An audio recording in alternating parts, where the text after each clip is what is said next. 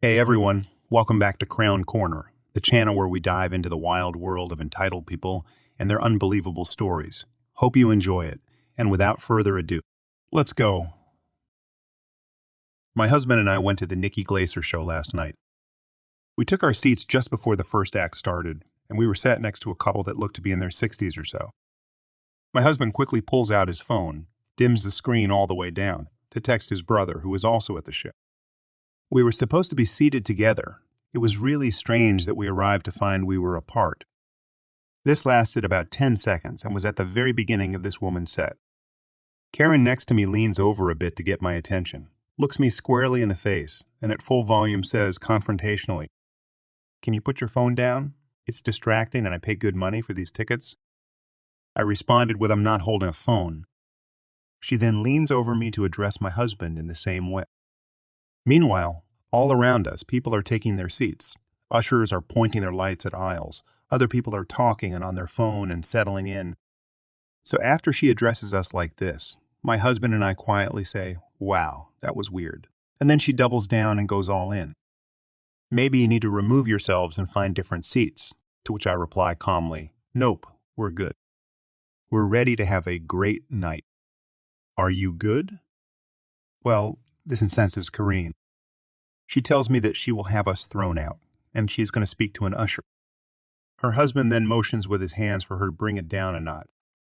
No, Karen isn't backing down. She hails an usher over, tells her side of events, and then the usher looks at us and says, "You think you guys can work it out?" To which I give a thumbs up and we're good. Karen goes silent. Defeat is a bitter pill to swallow. Not 5 minutes later, a couple sits down in the row behind us and begins to loudly talk throughout the entire show. They're cackling, talking about their dinner, saying things back to the comedians, the works. Karen wanted to go all in on these folks. She turned around a couple times to give them an evil eye, but she knew she couldn't escalate things with an usher.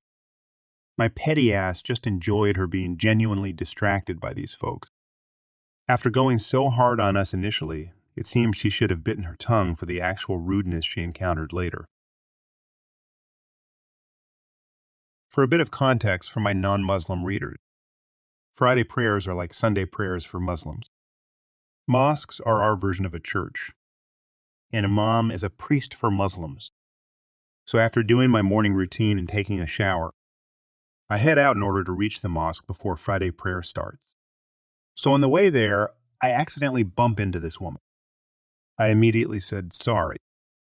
Then she went on to rant about how I should look at where I'm going. I said, "Sorry," again, "but I have somewhere to be and I will be careful where I'm going." This wrong thing to say because she immediately started following me. But since the mosque was like a block away, I thought, well, if I enter, she might leave me alone. But this turned into a bad idea. Anyway, I enter the mosque and take off my shoes, and the next thing I see is her in the mosque on the carpet with shoes on. The lady came and told me I'm here for a proper apology. Then at that moment, I was like, for what? I gave you an apology already. Anyway, by that moment, the people in the mosque were starting to get concerned, and one of the imam asked the lady if it is possible that me and the lady talk about this outside since we were in a mosque. She then said no, and that she does not care, and that this looks house of a cult to yours. This shocked me and angered me, and almost everyone in the mosque, the imam asked everyone to keep calm. He then told the lady, "Please leave because you're causing a disturbance." She had the audacity to tell him not without an apology. He said that, "Why would anyone want to give you an apology when you just disrespected everyone here?" "And please leave before I call the police," she then said, "because you people are all nothing but dumbasses for following a cult like religion." At that point, someone in the mosque called the police. Only a few minutes later, the police came. While the imam was trying to manage the situation by making no one attack the Karen and trying to control the Karen from saying more screwed up racist crap. When the police came, Imam told them that this lady has tried to cause a riot in a mosque and distribute the peace. But Karen told the police I was only here because one of us bumped into her and just said sorry and left. The police were not having any of it and asked Karen to please leave or be forced out. Karen then said, "You can't force me out because then I can sue you, so go for it." The police then cuffed her to force her out. One of the police said, Sorry you had to deal with this nut job, and hopefully your morning prayers go smoothly. After Karen left, prayers started and everything went wild. This happened in the USA. Edit. Thinking back, I still don't understand why Karen would say racist stuff in a mosque of all places. Do you guys have any idea? If so, please leave a comment. Update. Good news, the Karen has a court hearing. Bad news is that I have to be there due to the fact I was so-called main witness and target of the Karen. But I will keep you all updated if something big happens. Update 2. The Karen has gotten a restraining order, community service, and a fine. Not from the US or Europe.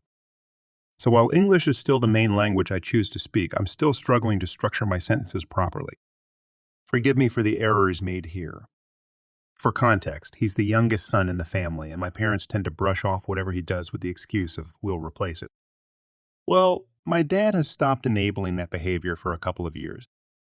He moved in with his family to my parents' home after failing to make it big in Australia. My siblings forced him to come back after finding out he demanded $10,000 from our mother, who is retired and has a stroke. It's a 5-room flat, so my sister was kicked out of her room and had to occupy the slightly smaller study room until they moved out earlier this April. My husband and I, plus our baby, is currently staying with my parents while waiting for our house to finish being built. They stayed about a year plus, and was a nightmare with them over. In that span of time they were here, they complained about my son, who either needed to be soothed back to sleep or just refused to sleep while attempting, putting their newborn to sleep. Granted, I do feel guilty about that. Then, they attempted to kick me, my husband and son out of the house when the 2 boys had COVID. It only lasted a day for them. And I tried to rationalize it since, they have 2 kids. One was a year old and the other about 2 or 3 months. Anyway, this pissed off the eldest, who came down to mediate because I was already stressed out about the situation, and my dad told me that, no, you're not going anywhere. He has no right to do that.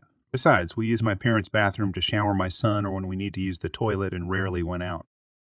This needs to be known as well that we had nowhere else to go. We couldn't go to my in-laws' place because Phil, a stroke patient, just got back home from the IQ due to COVID. So I thought we ran with that. No, there's more. When their son had him, their safest bet was to get their daughter out of the house.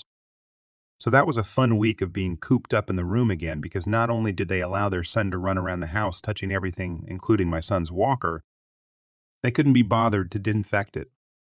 Although granted, I was told it only spreads via saliva. It's safer to be cautious. First-time mom with a 6-month-old and all that. That's fine with all those, right? It couldn't get any more worse than that, right? You thought wrong. My younger brother throws a hissy fit whenever people touches his things without his permission. His wife, especially. It got to the point that they started labeling everything that is theirs in the fridge. Like, no problem. But the hygiene, the amount of times they would treat this house like they own it. Refuses to clean up after themselves, refused to clear the stove after they were done cooking. Let me tell you the amount of mold, wriggling white maggots we would find in their leftover pastas. Demanding my younger sister to cook extra for their kid to eat and then getting upset when she makes the wrong kind of pasta alla mea. Only they can scold their son when he does something wrong, etc. But God forbid we try and pull that kind of crap on them and they go complaining, behind our backs, lol, to mom and dad, or to one of the other in-laws, who lets us know on the tea. Also, my nephew, first brother, borrowed my brother's bag and it got washed because it's dirty, LOL. Anyway, they moved out early April and the rest of us silently cheered. Especially my husband. God, he hated them. But that's besides the point. A few days ago, I bought a whole ass packet, 4 small boxes, of want milk drinks. Not sure if y'all can see it, Google it if you can. Bought 2 packets, or 8 cartons of those delicious sweet milk. Got the white version, less sweet, for my younger sister. She took one, the red one, and I told her that hers is the white one, but if she wanted the red version, to at least ask me beforehand since I wanted to bring the rest to work. I forgot to bring it on a Friday, so I was like, okay, I'll bring it on Saturday. Come Saturday. Again, I forgot about it. But that's fine. We chill. I'll bring it on Monday. It's still inside the fridge last I check anyway. Come Sunday, I went out to go to an open house my friend was hosting. Did not check the fridge. Today, I took MC or medical leave because my body is aching and I've been vomiting the past couple of days. I opened the fridge to take a carton out, and you guess it, they were missing. So, of course, the first person I thought of was my younger sister. I went after her butt on the phone, and she swore after the last time I told her to not touch my crap without my permission. She only took her white want. So I went to my mom and asked her if anyone had taken them. We had guests over with kids on Saturday evening. She asked me to describe them, and when I did, her eyes widened, and I heard her whisper, "I thought your younger sister bought them." Which is like the worst excuse you could come up with, and it still doesn't excuse anyone taking them without permission, by the way. So I asked what she meant, and she said that my younger brother took them. When did he come back? And why? Sorry, still extremely salty about that. He doesn't even live here anymore. If he took one single carton, hey, I'm fine with that. But he took all remaining 5. I think the best part was my mom, who said my parents, would buy it for me, and I was like, "Day fate? Where's the logic in that?" I want to know why that little sucker did that when he had the audacity to get upset when someone touches his item. So I blasted him on our WhatsApp group. My dad says he'll replace it and to start writing our names on the stuff we bought just to be safe. I replied back with, "I can replace it on my own." I just wanted to know why he'd do that without asking whose it belongs to and if it was okay to take it. You don't see me waltzing into his home grabbing whatever the F we want. He doesn't even live with us anymore. Also, I might as well leave the house and rent a place instead if it means a 100% guarantee no one is going to take my things without telling me. While it is heavily cheaper to stay with my parents, I can choose to rent someplace else. My mom just refuses to let me do such a thing because I'm also her eldest daughter and baby, but that's another story for another time. First brother told me to quit it, messaged me directly, saying that the youngest of the brothers is the golden child, and it is to be expected. I told him, I ain't letting our parents pull that crap on me. I'm not going to let them enable him. He's not the only one who knows how to throw a tantrum. This was spoken in the heat of the moment. I won't throw a tantrum, but I am not going to tolerate my parents enabling him further. Easily, I would have just kept quiet if my dad had just stopped at, "We'll investigate it." But the moment he mentioned replace, I lost all my patience. Anyway, everything's quiet as of now. No replies from my younger brother or his wife, who is a whole nother story, or my parents too. I'm simmering still, but not as angry. Gonna buy the drinks again, if they still have it on sale later on. Thanks for reading. I've always been reading on entitled siblings family, but never really thought of my younger brother as one until he got married. Also, I'm aware that I'm an a-hole too. I'm just sick of my mother always defending his actions or enabling it, once my mom told my younger brother jokingly to slap our youngest. After the 3rd slap, and humiliating her, did our mom tell him to stop. She ran away from home for 3 days. I wonder why. This is an Asian household. I don't get why my younger brother is getting favored because our youngest sister is the most successful out of all of us. Might be because he's the youngest son. I'm extremely petty. That's when my younger sister always listens to my warning. The last time she didn't listen to me to stop using my makeup remover when she already has one, I went and used up all of hers. She used up all of my coconut balm makeup remover and didn't bother to close the lid. Since then, she's always heeded my warnings and would ask my permission in advance if she needs to borrow or use something of mine. I've gotten into a scuffle with my youngest brother as well, but I'm pretty sure he's got nothing inside that head of his because he's learned nothing. All right, imagine this scene. My kid Max, an 8-year-old bundle of energy with a grin that could outshine the sun. This little guy is head over heels for soccer, the kind of love that makes him eat, sleep, and breathe the game. And being the hands on Mom I Am, you bet I'm right there with him at every practice, cheering him on like he's the next big thing. So we're at this regular practice, the sun beating down and Max is tearing up the field. His moves are so good they'd make a seasoned pro jealous. Now, here's the twist. There's this mom, Karen. Yeah, we'll call her that because honestly, she could be the poster child for entitled parents. She's got this older kid, Jake, a couple of years older than Max, who thinks he's the soccer king. Max gets the ball, dribbles past Jake like the kid's a statue, and I'm on the sideline doing my best impression of a proud soccer mom. The crowd is into it, other parents are clapping, and in my mind I'm preparing a speech for Max's future acceptance into soccer greatness. And then, bam, Max scores this amazing goal, and he's running toward me for a victory hug. I've seen my fair share of soccer games, but this is my little dude making a name for himself. I'm grinning from ear to ear, ready to give him the biggest high five ever. But hold on, cue Karen. As Max approaches, she sticks her leg out, and I'm thinking, no way, she's not really going to. And then bam. Max trips and lands on the grass. I go from a proud mom to a raging bull in like 0 seconds flat. My heart sinks, and I swear time slows down. There's Max, sprawled on the grass, and there's me, ready to unleash my inner lioness on Karen. The other parents are gasping, and I'm caught in this internal struggle between being the responsible adult and giving Karen a piece of my mind. Spoiler alert, responsibility wins, but it's a close call. I rush to Max, who's a mix of shock and confusion, and I'm all, hey buddy, you okay? But my eyes are sending lasers toward Karen, who's giving me this innocent who. Me? Look. Deep breaths, I tell myself, deep breaths. I scoop Max up in my arms, ready to comfort him, but my joy turns to horror when I notice blood on his lips. Oh my God, Max, you're bleeding, I exclaim, panic setting in. Max is fighting back tears, his little face contorted with pain. I shoot Karen the deadliest glare yet, my protective instincts kicking into overdrive. Ignoring the internal struggle, I rush Max to the side, away from the chaos. My heart is pounding as I examine Max's cut lip. Karen, the so-called soccer mom, is now just a blur in the background. The other parents are realizing that this went way beyond playground antics. She did what? One of them exclaims, catching on to the severity of the situation. In a moment of pure rage and desperation, I glance down at my shoes. They're not stilettos, but they're substantial enough. With Max in my arms, his blood on my hands, and the adrenaline pumping, I march back toward Karen.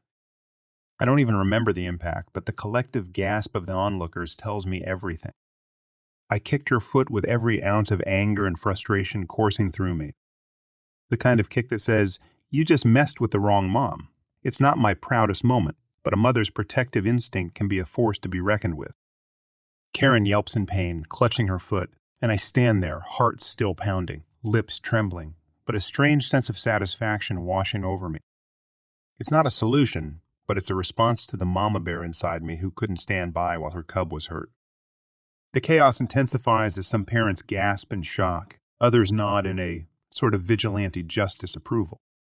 Karen, now hopping on one foot, shoots me a look that's a mix of pain, surprise, and probably a hint of realization that she crossed the line. A coach rushes over, trying to defuse the situation. All right, everyone, let's calm down, he says, but the atmosphere is electric. Max is still in my arms, his tear-streaked face against my shoulder. The shock of the situation is settling in, not just for me, but for everyone witnessing the soccer field showdown. With a final glance at Karen, who's now being consoled by some of the less than sympathetic parents, I turn away. This isn't the kind of drama I signed up for on a Saturday afternoon. I shoot an apologetic look at the coach, who's still trying to restore order, and head toward the parking lot with Max.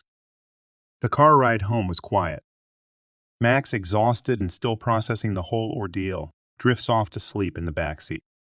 I steal glances at him through the rearview mirror, a mix of guilt and relief settling in.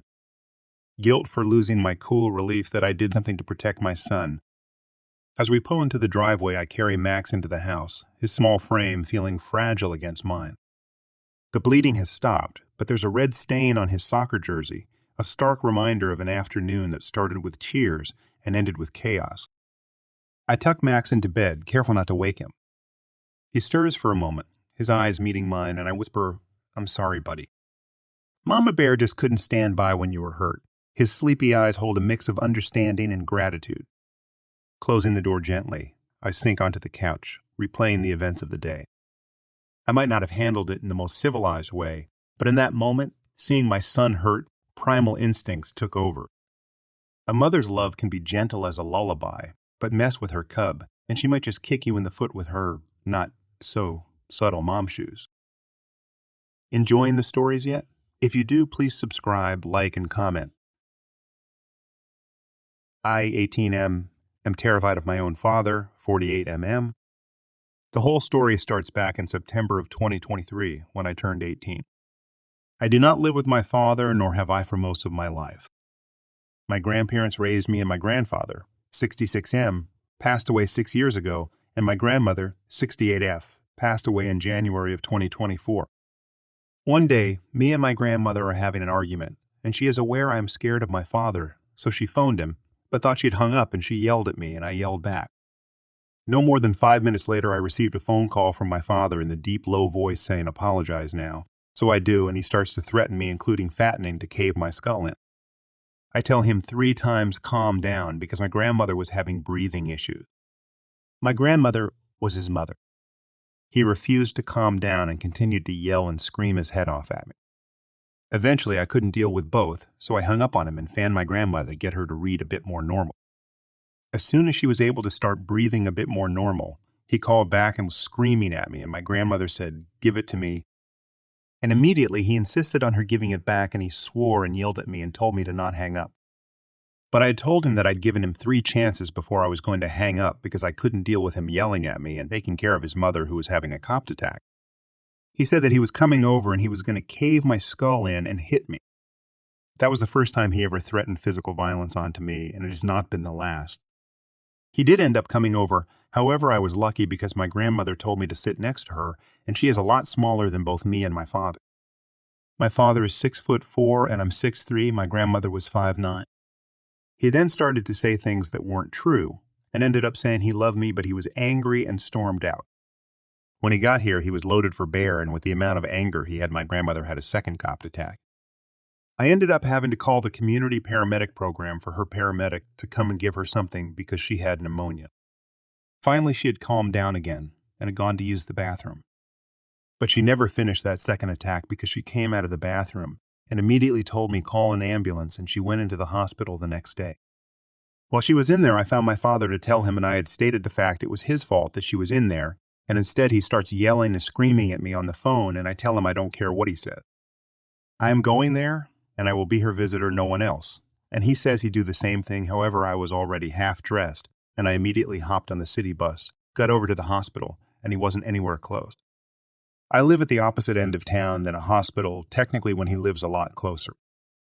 I made the trip back and forth from that hospital multiple times, and my grandmother ended up coming home that day, luckily.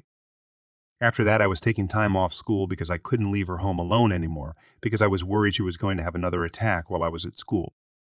During my 2 weeks off before the Christmas break, he never called or tried anything to contact her.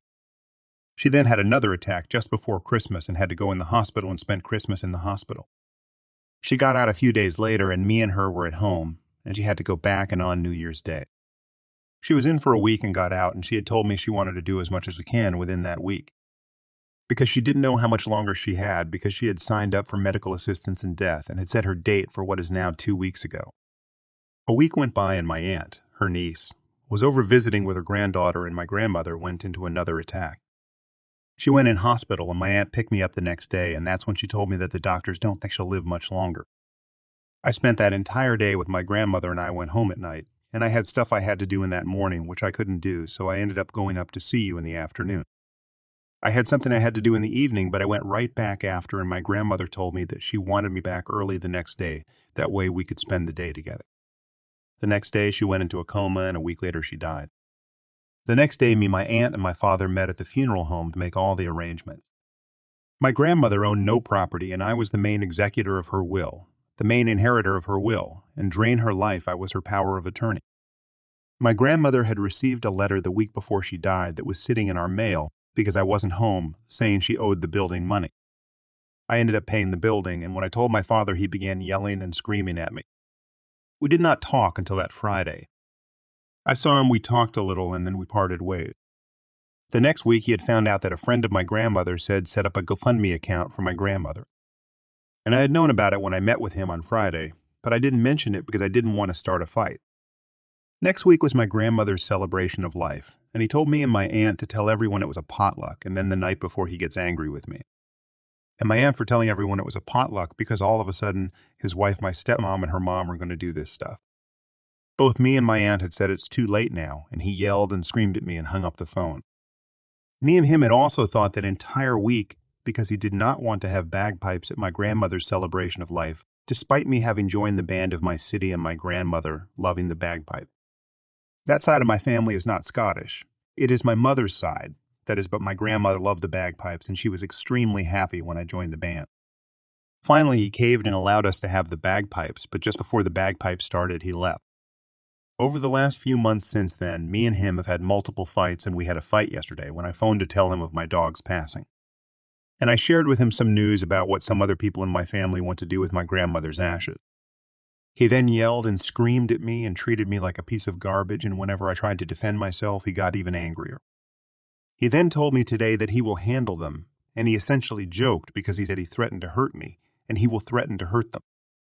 My father does have anger management issues, and I'm terrified of him when he gets angry, especially because there is nothing to calm him down anymore. My grandmother, despite being the little woman, could still control her son. He was her only child. I can't go no contact as of yet because he has my grandfather's ashes, and we're trying to arrange things out for the ashes. However, all the ashes are coming back to me eventually. I also have multiple youngest siblings, including 2 that live with him full-time. My one brother lives with me and his mother, and then my one sister lives with her mother. I'm afraid if I go no contact with him, then I'll be endangering my siblings. He tells me I can't do this on my own, and yet he leaves me on my own for over a month to try and do everything. He also owes me over $200 in money that he's borrowed from me. So this is a really weird story, but let me tell it from the beginning.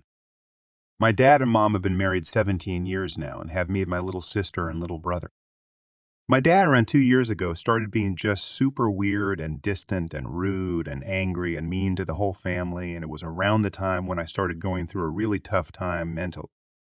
I'm 16 and it started at the beginning of my sophomore year, and it was just awful. It got bad enough to a point where I was cutting myself and couldn't even get out of bed to go to school.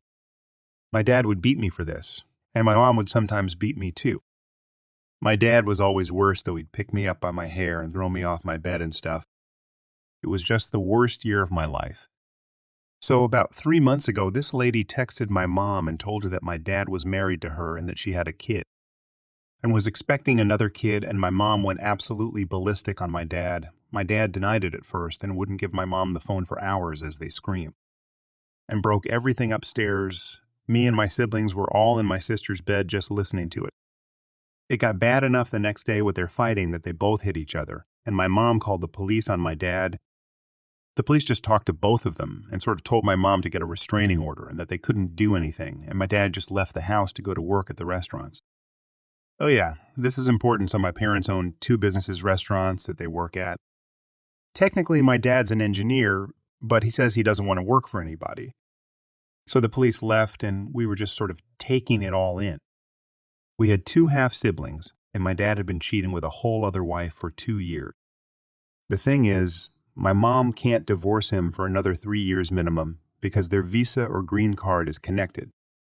And if they get divorced, then the green card will expire and we'll all be sent back to Saudi and my mom, and we don't want that because we've lived here our whole lives.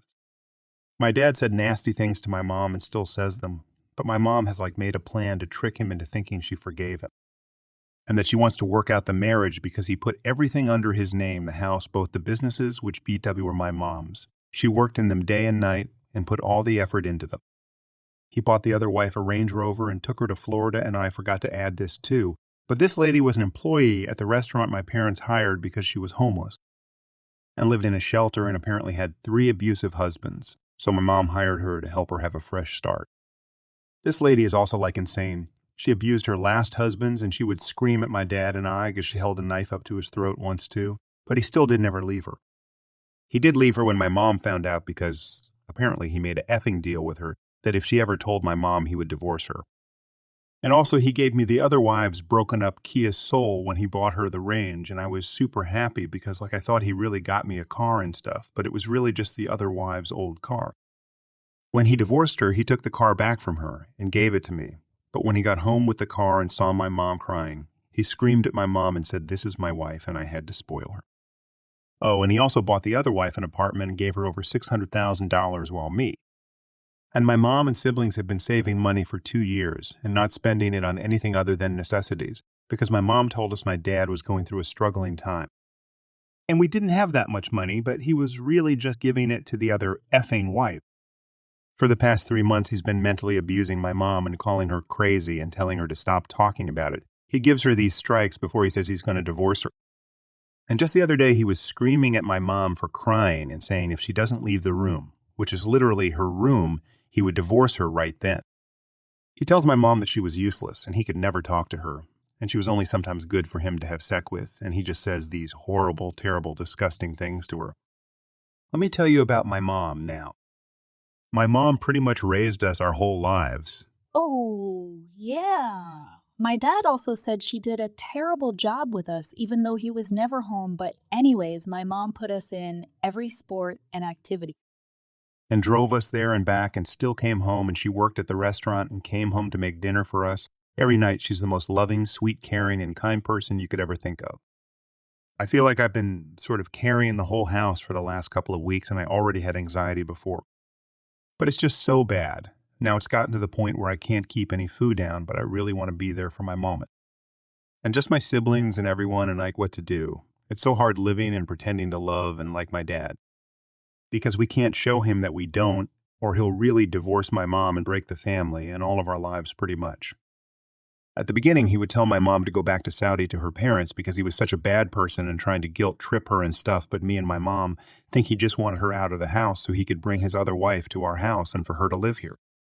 Oh, I also forgot to mention, like a week after my mom found out, he said he was going to kill himself, and we had to call the police, and we were like speeding driving around the city to find him, and we literally thought he died, but he was just faking it. It just breaks my heart seeing my mom have to live through this. I really don't know what to do. He took $5,000 of my parents' house cash stash, and we think he bought her some used car and has been going to her house in the middle of working me and my mom no. Because he's put a tracker in his car, he also used $100K of my mom's money to buy the other wife the Range Rover. I honestly just can't believe that his disgusting lady literally came from a shelter, and my dad did this, so yeah. Also, my mom has a lawyer and has talked to more than one. If she divorces him right now, her green card would be lost and we would all be sent back to Saudi Arabia. She would barely get any money from the divorce because the cars, the businesses, and the house are all under his name. She's going to apply for a green card through me, I think, in 5 years when I turn 21. I'm not sure on that stuff. It's kind of been a blur, to be honest. Also, sorry, I want to mention something else. My dad has had 2 kids with this lady in 2 years and told us that we were terrible kids. When my mom said she didn't want him to go to the lady's house alone to see his kid and to bring her, and she'll even wait in the car, he screamed at her and said no. It's hard to love someone who doesn't even like you, and my dad, for some reason, just like stopped caring about us after we weren't kids, and now he's like obsessed with his baby from her. I don't understand how he tells my mom how terrible she is, how she's ugly, and how he hates her, but then the next day he'll say how he loves her, and he only slept with the woman 3 times by 4. It just doesn't add up, and I'm so sick of everything that's been going on and just want to be a 16-year-old girl. I shouldn't be selfish and need to think of my mom and siblings too, but I think I'm a parent at 16. I told my mom I wanted to go shopping and if I could get some money from my dad, and she said I couldn't, even though the other lady clearly milked my dad of his money and I can't even get a cent from him. So yeah. Sorry for this being so long, everyone, and if you've read all this, thank you for listening. I broke my foot back when I was 5th grade, 11 years old. Well, not exactly cause my foot was actually broken by my classmate. It was a warm day in May, and I was on the 4th floor of my school, rooftop, an arts class. I was wearing open sandals, and my foot wasn't protected at all. I was standing in the space between the rows of desks, while the entitled classmate EC was on her desk, rocking in her chair. As many teachers have told us, don't rock in your chairs, you will fall. Well, I understand them now. She fell backwards with her chair and landed on my foot. I want to add that she was not the lightest girl around. She was around 60 kg compared to my 40 kg. When we lifted the chair off me, I had a huge hematoma on the area that took the hit. Even though it didn't hurt, it still turned out to be broken, and I had to stay in bed for 2 months. After my recovery, I went back to school.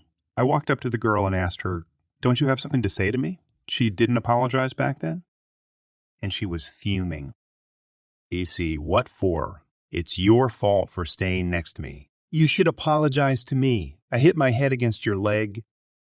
My classmates confronted her, but she still demanded an apology and is still, 6 years later, glaring at me when I walk past her. Thanks for joining us. If you enjoyed the video, don't forget to hit the like button and subscribe for more captivating stories. Share your own experiences, opinions in the comments below, and let's keep the conversation going. Until next time, stay tuned for more epic tales.